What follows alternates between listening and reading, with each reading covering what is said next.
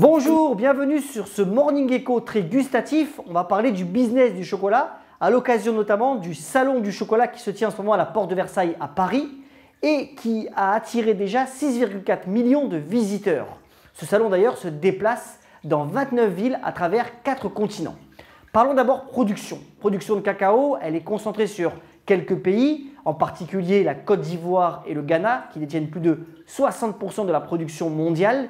Et de nombreuses initiatives sont prises aujourd'hui pour essayer d'améliorer la rentabilité des planteurs.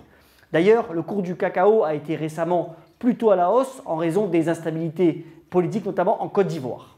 Côté production de chocolat, c'est un business qui représente un chiffre d'affaires annuel de plus de 100 milliards de dollars annuels et il est maîtrisé essentiellement par de grandes multinationales dont on connaît les noms, en particulier par exemple Ferrero avec le Nutella ou Mon Chéri le Kinder, mais aussi Mondelez, Mars et bien sûr le chocolatier suisse Nestlé.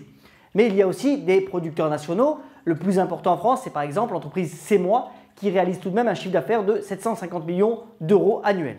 Côté dégustation maintenant en France, près de 400 000 tonnes de chocolat ont été avalées en 2013, plutôt des tablettes que de la pâte à tartiner d'ailleurs, et on privilégie en France le chocolat noir. C'est un business annuel de 3 milliards d'euros et il suscite bien de l'intérêt de la part des industriels de l'agroalimentaire. Mise en avant en particulier pour ses vertus antidépresseurs mais aussi pour préserver la mémoire, en réalité la consommation de chocolat en France a augmenté de 30%.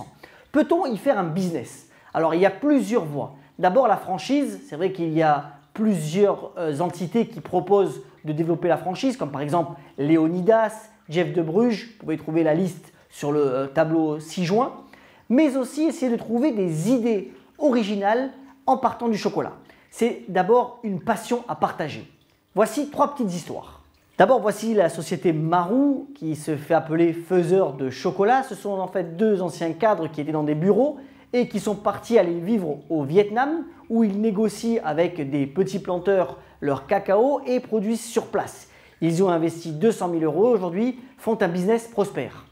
Deuxième exemple, plus gros, c'est Hôtel Chocolat, un business qui s'est fait à Londres où en fait le fondateur a eu la bonne idée de créer un vrai club à la manière d'un club de vin et aujourd'hui il a plus de 100 000 membres et un business aussi très prospère.